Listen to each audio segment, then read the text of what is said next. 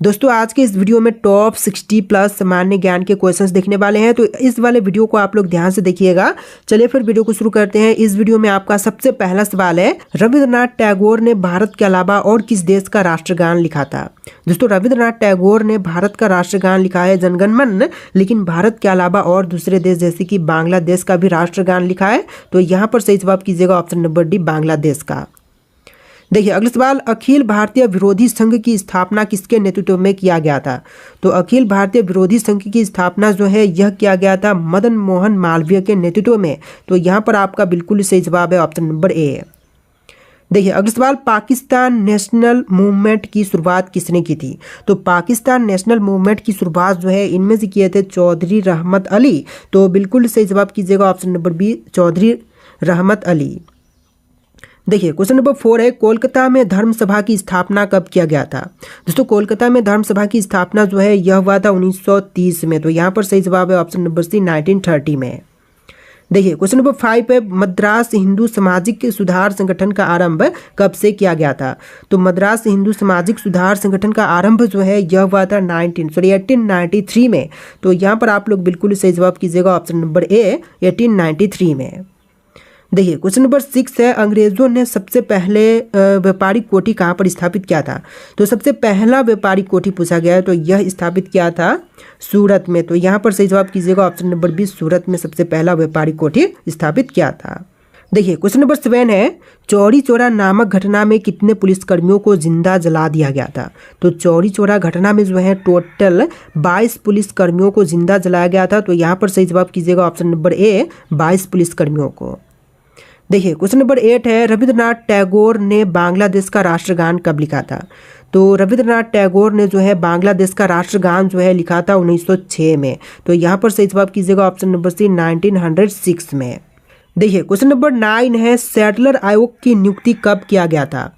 दोस्तों सैडलर आयोग का नियुक्ति जो है यह किया गया था 1917 में। तो यहाँ पर आप लोग सही जवाब कीजिएगा ऑप्शन नंबर ए, 1917 में।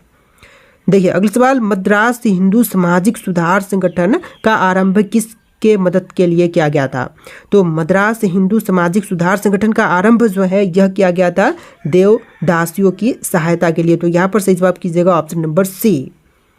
देखिए अगला सवाल, पाकिस्तान नेशनल मूवमेंट की शुरुआत किस सन में हुआ था। तो पाकिस्तान नेशनल मूवमेंट की शुरुआत जो है यह हुआ था 1 अगस्त 1933 में। तो यहाँ पर सही जवाब कीजिएगा ऑप्शन नंबर ए, 1933 में 1 अगस्त के दिन। देखिए क्वेश्चन नंबर 12 है, अखिल भारतीय विरोधी संघ किस साल में स्थापित किया गया था। तो अखिल भारतीय विरोधी संघ की स्थापना जो है यह हुआ था 1932 में। तो इस क्वेश्चन का बिल्कुल सही जवाब है ऑप्शन नंबर बी, 1932 में। देखिए क्वेश्चन नंबर 13 है, कोलकाता में धर्म सभा की स्थापना किसने की थी। तो कोलकाता में धर्म सभा की स्थापना करने वाले इनमें से बुझाएंगे गोपी मोहन देव। तो सही जवाब कीजिएगा ऑप्शन नंबर ए, गोपी मोहन देव। देखिए क्वेश्चन नंबर 14 है, मुंबई से थाने के बीच पहली रेलगाड़ी चलाई गई थी, उसमें कितने डब्बे थे। जो पहली रेलगाड़ी चली थी मुंबई से लेकर थाने के बीच में, इसमें टोटल डब्बों की संख्या थी 14। तो यहाँ पर सही जवाब कीजिएगा ऑप्शन नंबर सी, 14 डब्बे थे। देखिए क्वेश्चन नंबर 15 है, अंग्रेजों ने जहांगीर की अनुमति से सूरत में पहली फैक्ट्री कब स्थापित की थी। तो सूरत में अंग्रेजों ने पहली फैक्ट्री स्थापित किया था जो कि जहांगीर की मदद से। तो यह सन 1613 में किया था स्थापित। तो यहाँ पर सही जवाब कीजिएगा ऑप्शन नंबर बी, 1613 में। देखिए क्वेश्चन नंबर 16 है, भारत और पाकिस्तान के बीच किस वर्ष शिमला समझौता पर हस्ताक्षर किए गए थे। तो शिमला समझौता पर हस्ताक्षर जो है यह हुआ था 1972 में। तो यहाँ पर सही जवाब कीजिएगा ऑप्शन नंबर बी, 1972 में। देखिए अगला सवाल, हिंद स्वराज नामक पुस्तक के लेखक कौन है।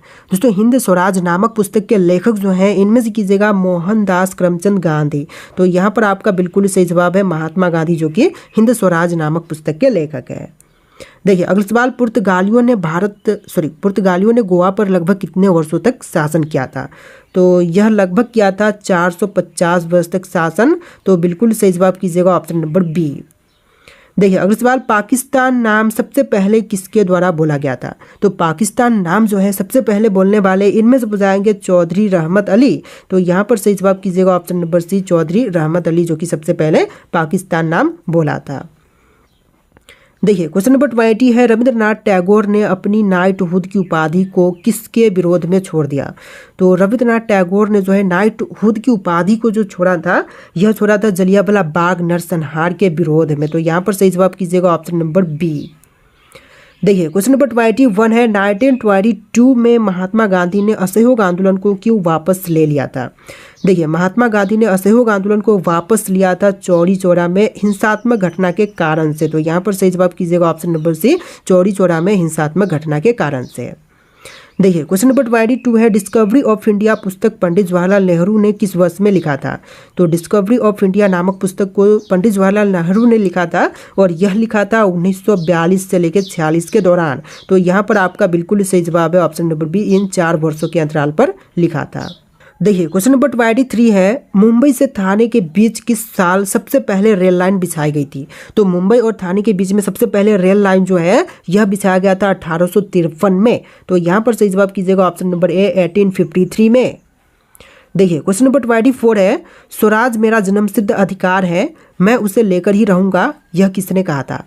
तो स्वराज मेरा जन्मसिद्ध अधिकार है, मैं उसे लेकर ही रहूंगा, यह कहने वाले इनमें से बताएंगे बाल गंगाधर तिलक। तो बिल्कुल सही जवाब कीजिएगा ऑप्शन नंबर सी, बाल गंगाधर तिलक ने ऐसा कहा था।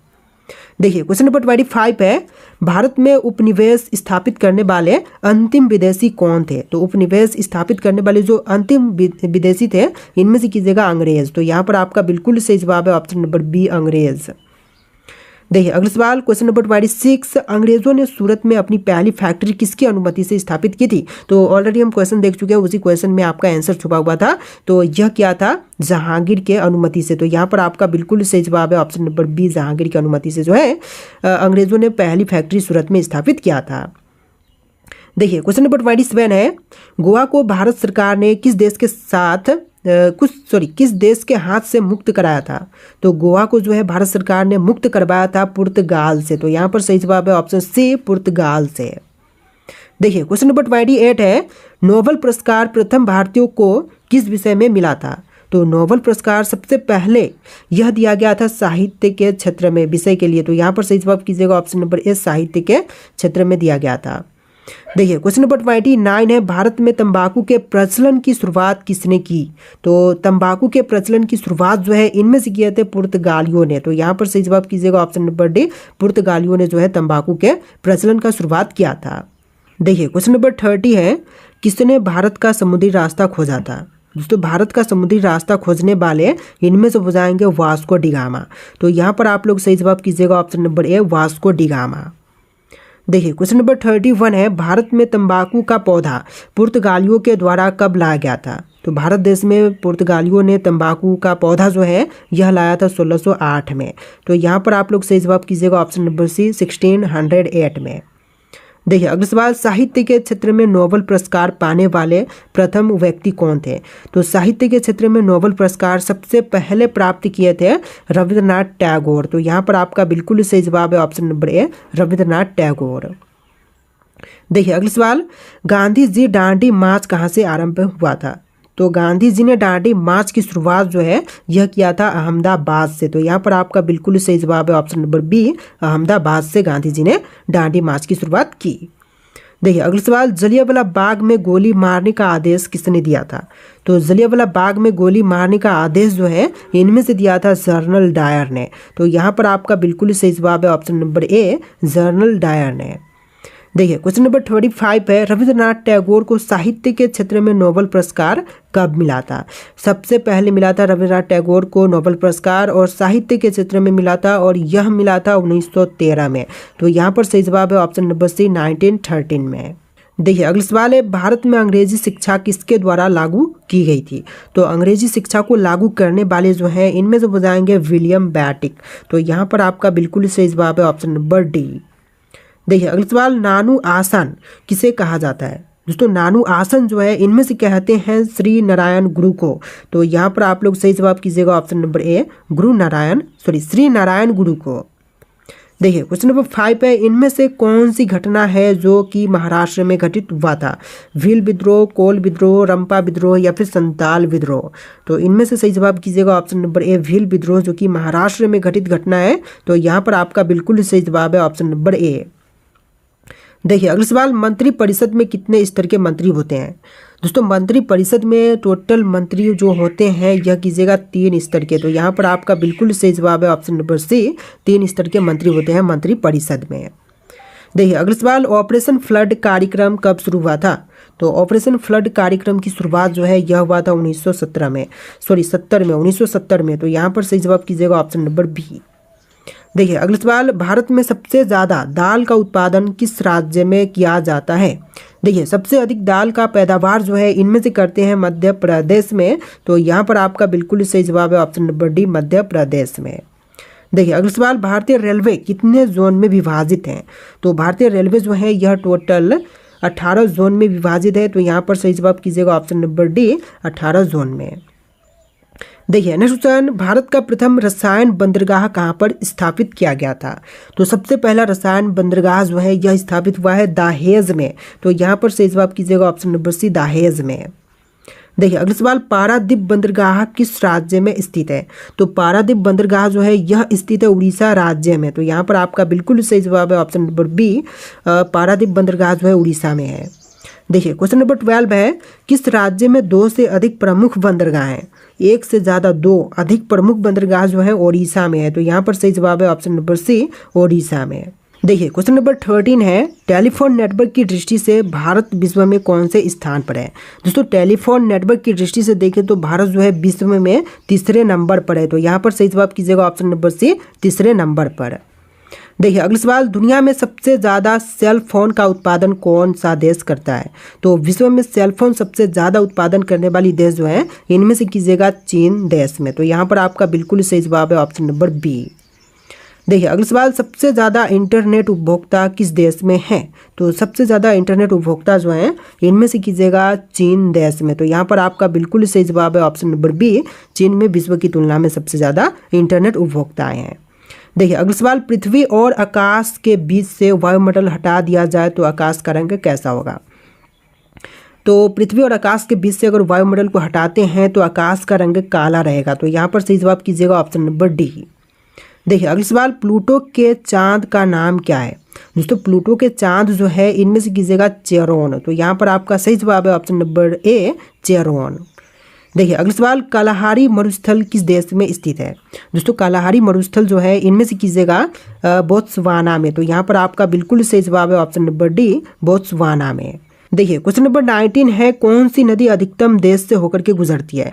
दोस्तों अधिकतम देशों से होकर गुजरने वाली नदी जो है इनमें से कीजिएगा डैन्यूब नदी। तो यहाँ पर आपका बिल्कुल सही जवाब है ऑप्शन नंबर बी, डैन्यूब नदी।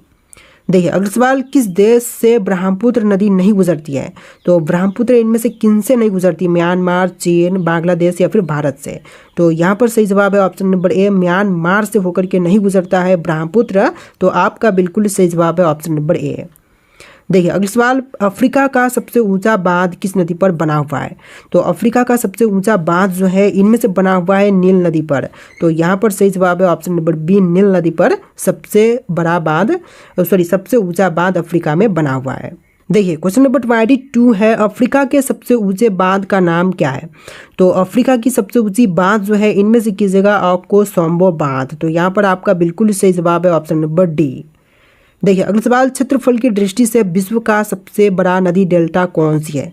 तो क्षेत्रफल की दृष्टि से देखिए जो विश्व का सबसे बड़ा नदी डेल्टा है इनमें से कीजिएगा सुंदरवन डेल्टा। तो यहाँ पर आपका बिल्कुल सही जवाब है option number B, Sundarban delta. देखिए अगला सवाल, किस नदी का डेल्टा चिड़िया के पर जैसा है? तो चिड़िया के पर जैसी डेल्टा जो है इनमें से कीजिएगा मिसिसिपी नदी का। तो यहाँ पर आपका बिल्कुल सही जवाब है ऑप्शन नंबर डी। देखिए अगला सवाल, फनम शब्द किससे संबंधित है? फनम शब्द जो है इनमें से संबंधित है सिक्के से। तो यहाँ पर सही जवाब है ऑप्शन नंबर बी, सिक्के से संबंधित है फनम शब्द। देखिए अगला सवाल, अदीना मस्जिद कहाँ पर स्थित है?